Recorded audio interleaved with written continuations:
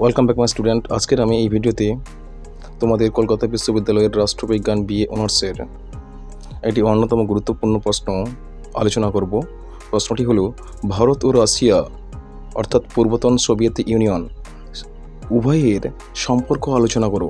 উক্ত প্রশ্নের সম্পূর্ণ আলোচনা করব। তোমরা উক্ত প্রশ্নের ভারত ও রাশিয়ার যে সম্পর্ক, সেই সম্পর্ক আমি সম্পূর্ণ ডিটেলসে আলোচনা করব, আর তোমরা স্কিপ না করে ভিডিওটি সম্পূর্ণ দেখার চেষ্টা করবে।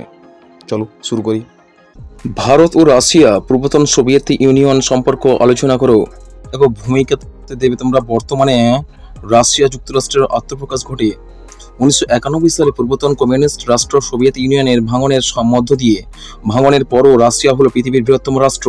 মোট জাতীয় উৎপাদনের নিরিখে রাশিয়ার স্থান নবম। আজকের ভারত রাশিয়া সম্পর্কে পর্যালোচনা করার আগে পূর্বতন সোভিয়েত ইউনিয়নের সঙ্গে ভারতের সম্পর্ক কেমন ছিল তা জেনে নেওয়া জরুরি। দেখো, 1947 সালে ভারত স্বাধীন হওয়ার পরবর্তী কয়েক বছর সোভিয়েত ইউনিয়নের সঙ্গে ভারতের সম্পর্ক মোটেই অন্তরঙ্গ ছিল না। কারণ ওই সময়ে সোভিয়েত ইউনিয়ন মূলত ভ্যালেনের দৃষ্টিভঙ্গিতে পরিচালিত হতো। স্তালিন নীতির মূল বৈশিষ্ট্য ছিল পাশ্চাত্যের ধনতান্ত্রিক দেশগুলির মধ্যে এরা তাদের সঙ্গে জড়িত দেশগুলির সঙ্গে অসহযোগিতা করা এবং বিশ্বজুড়ে সোভিয়েত ইউনিয়নের প্রভাব বিস্তার করা। পূর্বতন সোভিয়েত ইউনিয়নের দৃষ্টিতে মাউন্টব্যাটন পরিকল্পনা অনুযায়ী ভারত স্বাধীনতা অর্জন করে ভারত প্রকৃতপক্ষে পশ্চিমী সাম্রাজ্যবাদীদের নিয়ন্ত্রণাধীনে থেকে গেছে। তাছাড়া উন্নয়নের স্বার্থে ভারত যেভাবে পশ্চিমী রাষ্ট্রগুলির সঙ্গে বিভিন্ন ধরনের সম্পর্ক স্থাপন করেছিল তা সোভিয়েত ইউনিয়নের মোটেই মনোপ্রুত ছিল না। এর কিছুদিনের মধ্যেই অবশ্য পরিস্থিতি অনেকখানি বদলে যায় এবং সেই মতো সোভিয়েত ইউনিয়নেরও ভারতের প্রতি দৃষ্টিভঙ্গি পরিবর্তন ঘটে। ভারত স্বাধীন হওয়ার অব্যবহিত পর থেকেই কাশ্মীরকে কেন্দ্র করে পাকিস্তানের সঙ্গে বিরোধ বাঁধে। এই বিরোধে মার্কিন যুক্তরাষ্ট্র পাকিস্তানের পক্ষ অবলম্বন করলে মার্কিন যুক্তরাষ্ট্রের সঙ্গে ভারতের সম্পর্কের অবনতি ঘটে। কোরিয়া সংকটে ভারত পশ্চিমী জোটের পক্ষ নাম নিয়ে জোট নিরপেক্ষ অবস্থানে অটল থাকে। এই দুটি ঘটনায় ভারত সম্পর্কে সোভিয়েত ইউনিয়নের ধারণার পরিবর্তন ঘটে। তাছাড়া ওই সময় ভারতের নীতি নির্ধারকদের কাছে আশু প্রয়োজন ছিল দেশের অর্থনৈতিক উন্নয়ন, জোট রাজনীতির সঙ্গে জড়িয়ে পড়া নয়। ভারত সেই মুহূর্তে সোভিয়েত ইউনিয়নের সঙ্গে ঘনিষ্ঠ হওয়াকেই শ্রেয় মনে করেছিল। মার্কিন যুক্তরাষ্ট্রের পরিবর্তে সোভিয়েত ইউনিয়নের প্রতি ভারতের আস্থা রাখার পিছনে আবার কাজ করেছিল। এইসবের পরিপ্রেক্ষিতে ভারত ও সোভিয়েত ইউনিয়ন ক্রমশ ঘনিষ্ঠ হতে শুরু করে। 1953 সালে উভয় দেশের মধ্যে একটি গুরুত্বপূর্ণ বাণিজ্য চুক্তি সম্পাদনের মাধ্যমে এই বন্ধুত্ব আরও দৃঢ় হয়। এরই সঙ্গে চলতে থাকে উভয় দেশের নেতৃবৃন্দের মধ্যে পারস্পরিক বিদেশ সফর অনুষ্ঠিত হয়। ওই সব সফরের মধ্যে বিশেষভাবে উল্লেখযোগ্য হল 1952 নভেম্বর মাসে সোভিয়েত ইউনিয়নের কমিউনিস্ট নেতা ক্রুশ্চেভ এর ভারত সফর। তারপরে দেখো, দুই দেশের মধ্যে সম্পর্ক মজবুত করার জন্য 60-এর দশকেও এক দেশের নেতা অন্য দেশের সফর করেছে। ভারতের রাষ্ট্রপতি রাজেন্দ্র প্রসাদ সোভিয়েত সফরে গেছেন এবং সোভিয়েত নেতা ক্রুশ্চেভ ভারতে এসেছে। সোভিয়েত জোটের অঙ্গীভূত না হওয়া সত্ত্বেও 60-এর দশকে সোভিয়েত ইউনিয়ন যেভাবে একাধিক ইশায় ভারতের পাশে দাঁড়িয়েছে তা একবার কথায় অবিস্মরণীয়। উদাহরণস্বরূপ 1961 সালে গোয়ার ভারত চুক্তি প্রশ্নে, 1962 সালে ভারত চীন যুদ্ধের, 1965 সালে ভারত পাকিস্তানের যুদ্ধে সোভিয়েত ইউনিয়ন ভারতের পাশে দাঁড়িয়ে বিশ্বস্ত বন্ধুর ভূমিকা পালন করেছে। 1962 সালের যুদ্ধে সোভিয়েত ইউনিয়ন চীনকে তীব্র সমালোচনা করে এবং 1965-তে ভারত পাকিস্তানের যুদ্ধের অবসানের সোভিয়েত ইউনিয়ন যথেষ্ট ইতিবাচক ভূমিকা পালন করে। শেষ দেখো, 70-এর দশক শুরুতে দুই দেশের মধ্যে ঐতিহাসিক ভারত সোভিয়েত বন্ধুত্বপূর্ণ চুক্তি স্বাক্ষরিত হয়। এই চুক্তির মাধ্যমে অন্য উভয় দেশ দ্বিপাক্ষিক কি আন্তর্জাতিক প্রতিটি প্রস্তরেই বন্ধুত্ব, শান্তি ও সুরক্ষা বজায় রাখার সম্বন্ধ নেয়। 1971 সালে পূর্ব পাকিস্তানের অধুনা বাংলাদেশ মুক্তি আন্দোলনকে কেন্দ্র করে যে ভারত পাকিস্তান যুদ্ধ বাধে, সেই যুদ্ধে সোভিয়েত ইউনিয়ন ভারতকে অকৃপণভাবে সাহায্য করে। শুধু সামরিক বা প্রতিরক্ষার ক্ষেত্রেই নয়, শিক্ষার বিস্তারে, বিজ্ঞান ও প্রযুক্তির বিকাশে, বিভিন্ন উন্নয়নমূলক প্রকল্পে আর্থিক সাহায্য দানের ক্ষেত্রে সোভিয়েত ইউনিয়ন ভারতের সাহায্যে সক্রিয় ভূমিকা নেয়। 1973 সালে ভারত চূড়ান্ত খাদ্য সংকটের সম্মুখীন হবে। সোভিয়েত ইউনিয়ন এই সংকট মোচনের ইতিবাচক ভূমিকা নেয়।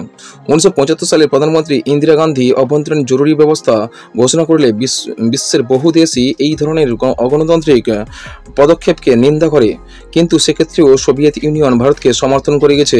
এটিকে ভারতের অভ্যন্তরীণ আইন শৃঙ্খলার বিষয় হিসাবে চিহ্নিত করে।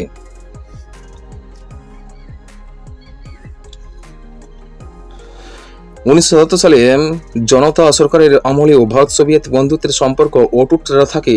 প্রধানমন্ত্রী মোরারজি দেশাই এর মস্কো সফরের অনতিকাল পরেই 1979 সালে সোভিয়েত প্রধানমন্ত্রী ভারতে আসেন এবং এই দেশের মধ্যে একটি দীর্ঘমেয়াদী অর্থনৈতিক, বৈজ্ঞানিক ও প্রযুক্তিগত সহযোগিতা চুক্তি সম্পাদিত হয়।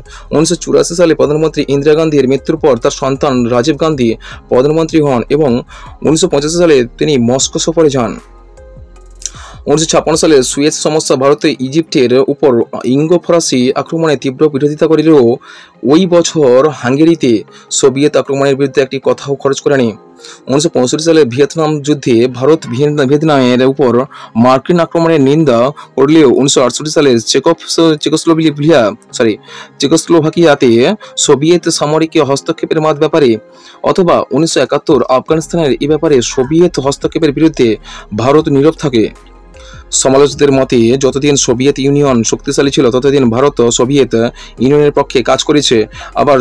আবার সালে 1991 সালে সোভিয়েত ইউনিয়ন তথা সমাজতান্ত্রিক দেশগুলির বিপর্যয়ের উপর বিশ্ব রাজনীতিতে মার্কিন যুক্তরাষ্ট্রের একাধিপত্য প্রতিষ্ঠিত হলে ভারত মার্কিন যুক্তরাষ্ট্রের দিকে ঢলে পড়ে। 1971 সালে সোভিয়েত ইউনিয়নের পতনের পর পূর্বতন সোভিয়েত ইউনিয়নের উত্তরসূরি হিসেবে রাশিয়া নামক একটি দেশটি আত্মপ্রকাশ করে। পরবর্তীতে পরিস্থিতিতে রাশিয়া নতুন করে যন্ত্রের উত্তরসূরি হিসেবে থাকে। স্বাভাবিকভাবেই ওই সময় সামরিকভাবে ভারত রাশিয়ার সম্পর্ক শীতল করা আরও রাষ্ট্রসংঘ প্রক্রিয়ায় নিমগ্ন থেকে পুনরায় অবস্থার উন্নতি ঘটতে থাকে। 1994 সালে ভারতের প্রধানমন্ত্রী নরসিমহা রাও রাকোভে 1993 মস্কো ঘোষণাপত্র স্বাক্ষর করেন। একটি হলো দ্বিপাক্ষিক সহযোগিতার সম্প্রসারণ এশিয়া সফরে এগিয়ে, দ্বিতীয়টি হলো বহুত্ববাদী রাষ্ট্রদ্বয়ের স্বার্থরক্ষা সম্পর্কিত ঘোষণা। 1995 সালে 2000 সালের মধ্যে আরও কতগুলি পারস্পরিক সহযোগিতার চুক্তি স্বাক্ষরিত হয়। 1997 সালের মধ্যে ভারত রাশিয়া সফরে যান এবং উভয় দেশের মধ্যে কৌশলগত অংশীদারিত্ব দূর করার সংকল্প ঘোষণা করা হয়। 2000 সালে রাশিয়ার রাষ্ট্রপতি ভ্লাদিমির পুতিন ভারত সফরে এলে ডিক্লারেশনস অন স্ট্র্যাটেজিক পার্টনারশিপস স্বাক্ষরিত হয়। এছাড়া উভয় দেশের একটি যুগ্ম বিবৃতির মাধ্যমে আন্তর্জাতিক সন্ত্রাসবাদ মোকাবিলায় যৌথ উদ্যোগ নেওয়ার কথা ঘোষণা করা হয়। পরবর্তীতে সন্ত্রাসবাদ দমনের উদ্দেশ্যে দুদেশের মধ্যে একটি যুগ্ম কার্যগোষ্ঠী গঠন করা হয়। প্রধানমন্ত্রী মনমোহন সিং এর আমলে দুদেশের মধ্যে বাণিজ্য ও বিনিয়োগ সংক্রান্ত বিষয়ে কিছু কার্যসূচি ঘোষণা করা হয়, যেমন একটি যুগ্ম বাণিজ্য পর্ষদ চিফ এক্সিকিউটিভ অফিসার্স কাউন্সিলস গঠন করা হয়।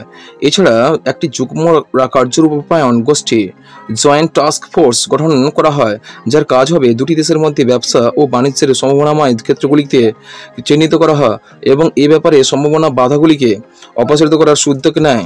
উভয় দেশের নেতৃবৃন্দের বিশ্বাস নিজেদের মধ্যে কৌশলগত অংশীদারিত্ব স্ট্র্যাটেজিক পার্টনারশিপ দীর্ঘদিন ব্যাপী তাদের জাতীয় স্বার্থ পূরণ করবে এবং দ্বিপাক্ষিক সহযোগিতার ক্ষেত্রগুলিকে আরও মজবুত করবে। তাদের আরও বিশ্বাস এই দৃঢ় এবং অগ্রগামী দ্বিপাক্ষিক সম্পর্ক সংশ্লিষ্ট এলাকার তথা বিশ্বের শান্তি, স্থায়িত্ব ও নিরাপত্তা সুনিশ্চিত করবে। দুদেশের জনসাধারণের মধ্যে যাতে ঘনিষ্ঠতা বাড়ে এবং শিক্ষা সংস্কৃতির ক্ষেত্রে যাতে আরও ঘনিষ্ঠ যোগাযোগ সৃষ্টি হয় সে ব্যাপারে উভয় পক্ষই সম্মতি জ্ঞাপন করেছে।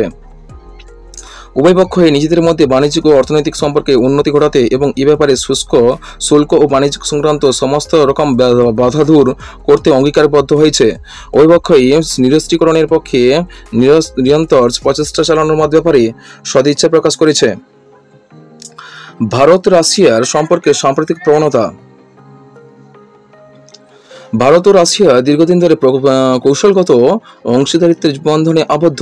তবে ইউক্রেন যুদ্ধের পর সার্বভৌম রাষ্ট্র হিসেবে নিরপেক্ষতা বজায় রাখার ভারতের প্রচেষ্টা এবং পশ্চিমা দেশগুলির সাথে ঘনিষ্ঠ সম্পর্কের কারণে দ্বিপাক্ষিক সম্পর্কে কিছু পরিবর্তন লক্ষ্য করা গেছে। সাম্প্রতিক প্রবণতার মূল বিষয় ভারত রাশিয়া সম্পর্কে ভিত্তি হল ঐতিহাসিক, কৌশলগত এবং অর্থনৈতিক সহযোগিতা।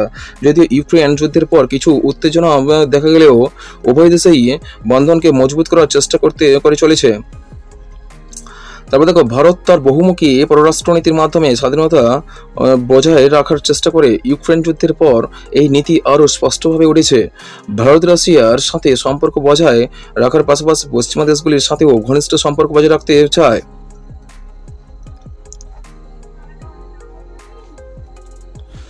অর্থনৈতিক সহযোগিতা ভারত রাশিয়া সম্পর্কে একটি গুরুত্বপূর্ণ অংশ। যদিও পশ্চিমা দেশগুলির নিষেধাজ্ঞার কারণে কিছু বাধা সৃষ্টি হয়েছে, তবুও উভয় দেশই বাণিজ্য ও বিনিয়োগ বাড়ানোর চেষ্টা করে চলেছে। প্রতিরক্ষা সহযোগিতা ভারত রাশিয়া সম্পর্কের মূল স্তম্ভ। ভারত রাশিয়া থেকে বিভিন্ন ধরনের অস্ত্র ও সামরিক সরঞ্জাম কিনে থাকে। তবে ইউক্রেন যুদ্ধের পর এই সহযোগিতার উপর কিছু প্রভাব পড়েছে। শক্তি খাতে ভারত রাশিয়া সহযোগিতার গুরুত্বপূর্ণ। রাশিয়া ভারতের জন্য একটি গুরুত্বপূর্ণ তেল ও গ্যাস সরবরাহকারী দেশ। পরিশেষে উপসংহার দেখো, উপরিক্ত আলোচনার প্রেক্ষিতে বলা যায়, ঠান্ডা যুদ্ধকালীন পূর্বে ভারত ও সোভিয়েত রাশিয়ার মধ্যে যে সম্পর্ক ছিল, ঠান্ডা যুদ্ধোত্তরকালে সোভিয়েত ইউক্রেনের পরিবর্তে রাশিয়ার যুক্তরাষ্ট্র প্রতিষ্ঠার পরও সেই সম্পর্ক এতটুকু টোল খায়নি এবং আরও দৃঢ়তর হয়েছে।